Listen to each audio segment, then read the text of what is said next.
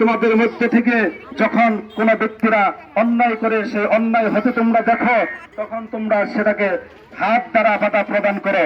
যদি হাত দ্বারা বাধা প্রদান করতে তোমাদের সামর্থ্য না হয়, তাহলে তোমরা জবানের মাধ্যমে সেটাকে বাধা প্রদান করার চেষ্টা করো। আর না হয় তাহলে তোমরা অন্তর দ্বারা সেটাকে ঘৃণা করো। আর এটাই হচ্ছে তোমাদের সর্বনিম্ন স্তর।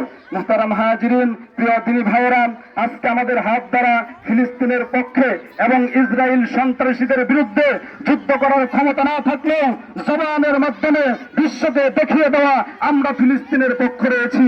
যদি এটা আমরা করতে না পারি, তাহলে মরিচাবাসী শুনে রাখো, বাজারের মুসলমানেরা শুনে রাখো, তোমরা হয়তো নিজের মার পেট থেকে মুসলিম হিসাবে জন্ম নিয়েছ, কিন্তু প্রকৃতপক্ষে মুসলমান হতে পারো নাই।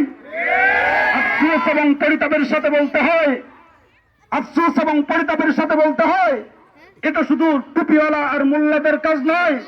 হে মুসলমান, যদি নিজেকে ইমানদার হিসাবে দাবি করো, যদি তুমি নিজেকে মুসলমান হিসাবে দাবি করো, তাহলে মনে রাখবা এটা তোমার ইমানি দায়িত্ব।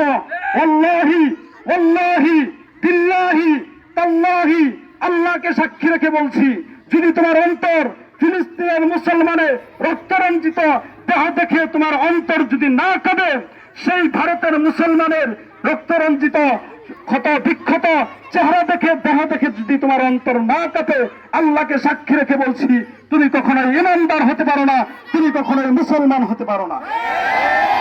মুহতারাম হাজিরিন, যদি আমরা নিজেদেরকে ইমানদার হিসেবে দাবি করতে চাই, তাহলে ইমানের দাবি হচ্ছে যেখানেই কোনো অন্যায় হতে দেখা সেখানেই গর্জে ওঠা, যেখানেই কোনো অন্যায় হতে দেখা সেখানেই প্রতিবাদ করতে থাকা।